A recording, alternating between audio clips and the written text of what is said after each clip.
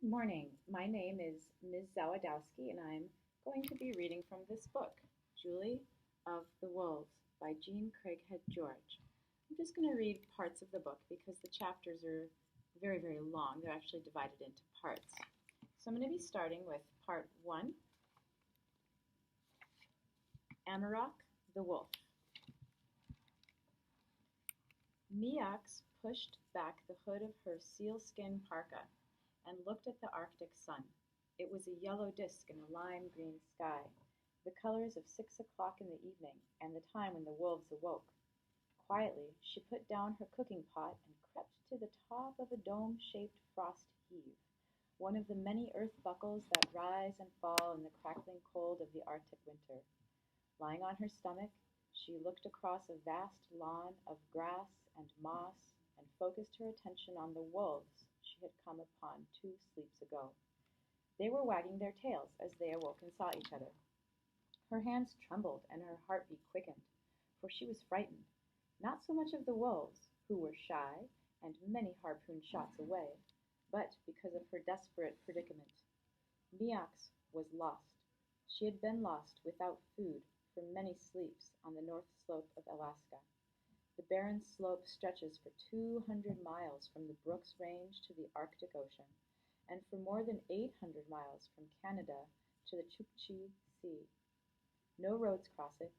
Ponds and lakes freckle its immensity. Winds scream across it, and the view in every direction is exactly the same. Somewhere in this cosmos was Miax, and the very life in her body, its spark and warmth, depended upon these wolves for survival, and she was not so sure they would help. Miax stared hard at the regal black wolf, hoping to catch his eye. She must somehow tell him that she was starving and ask him for food.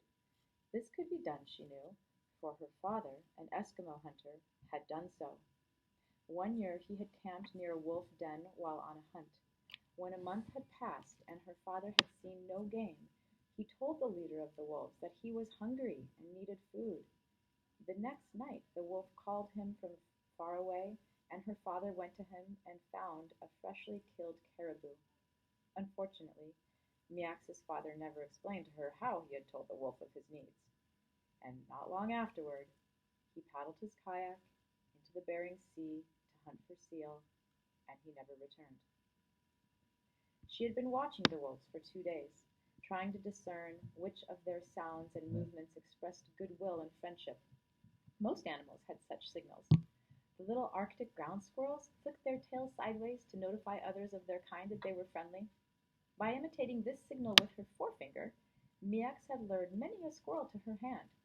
If she could discover such a gesture for the wolves, she would be able to make friends with them and share their food, like a bird or a fox. Propped on her elbows with her chin in her fists, she stared at the black wolf, trying to catch his eye. She had chosen him because he was much larger than the others, and because he walked like her father, Kapugan, with his head high and his chest out. The black wolf also possessed wisdom, she had observed. The pack looked to him when the wind carried strange scents, or the birds cried nervously. If he was alarmed, they were alarmed. If he was calm, they were calm. Long minutes passed, and the black wolf did not look at her. He had ignored her since she first came upon them 2 sleeps ago. True, she moved slowly and quietly so as not to alarm him, yet she did wish he would see the kindness in her eyes. Many animals could tell the difference between hostile hunters and friendly people by merely looking at them, but the big black wolf would not even glance her way. A bird stretched in the grass. The wolf looked at it. A flower twisted in the wind. He glanced at that. Then the breeze rippled the wolverine ruff on Miax's parka, and it glistened in the light. He did not look at that. She waited. Patience with the ways of nature had been instilled in her by her father, and so she knew better than to move or shout. Yet she must get food or die. Her hands shook slightly, and she swallowed hard to keep calm. Miax was a classic Eskimo beauty, small of bone and delicately wired with strong muscles. Her face was pearl round and her nose was flat. Her black eyes, which slanted gracefully, were moist and sparkling. Like the beautifully formed polar bears and foxes of the north, she was slightly short-limbed. The frigid environment of the Arctic has sculptured life into compact shapes.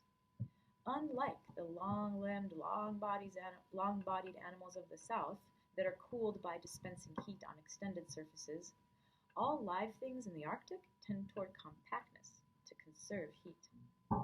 The length of her limbs and the beauty of her face were of no use to Miax as she lay on the lichen-speckled frost heave in the midst of the bleak tundra.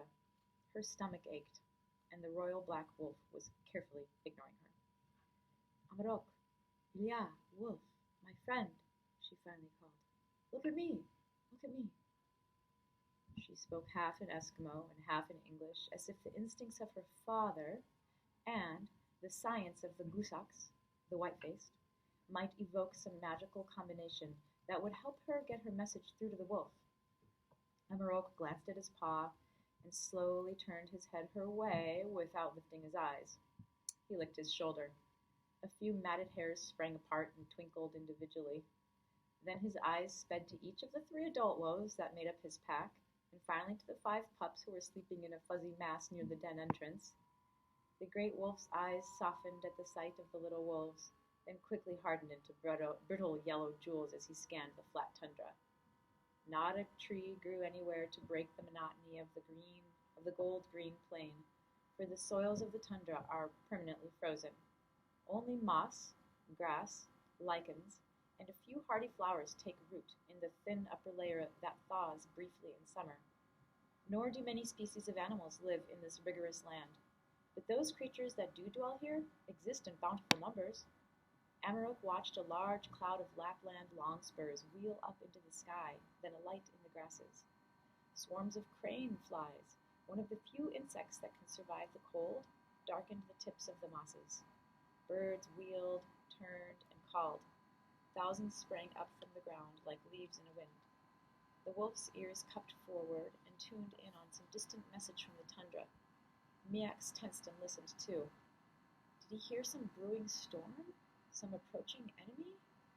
Apparently not. His ears relaxed, and he rolled his side. She sighed, glanced at the vaulting sky, and was painfully aware of her predicament. Here she was, watching wolves. She, Miax, daughter of Kapagan, adopted child of Martha, citizen of the United States, pupil at the Bureau of Indian Affairs School in Barrow, Alaska, and 13-year-old wife of the boy Daniel. She shivered at the thought of Daniel, for it was he who had driven her to this fate. She had run away from him exactly 7 sleeps ago, and because of this she had one more title by Gusak standards, the child divorcee. The wolf rolled to his belly. Look, she whispered, I am lost, and the sun will not set for a month. There is no north star to guide me. Amarok did not stir.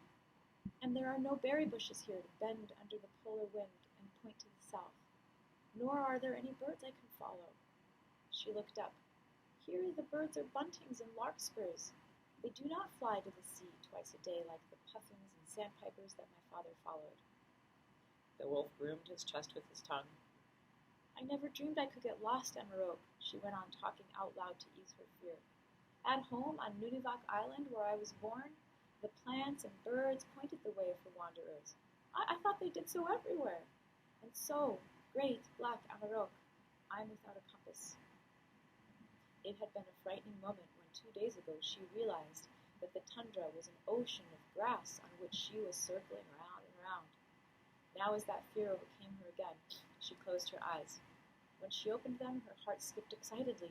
Amarok was looking at her. Elie! She called and scrambled to her feet.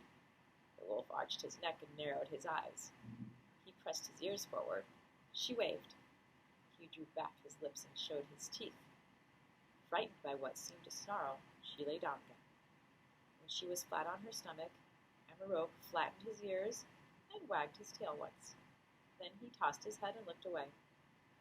Discouraged, she wriggled backward down the frost heave and arrived at her camp feet first. The heave was between herself and the wolf pack, and so she relaxed, stood up, and took stock of her home. It was a simple affair, for she had not been able to carry much when she ran away.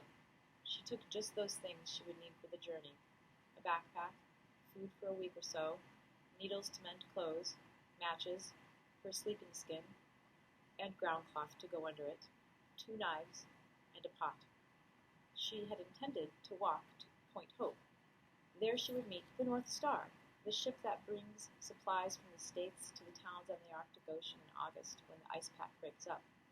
The ship could always use dishwashers or laundresses, she had heard, and so she would work her way to San Francisco, where Amy, her pen pal, lived.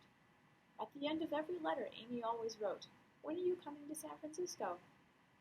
7 days ago, she had been on her way to the glittering, white, postcard city that sat on a hill among trees, those enormous plants she had never seen.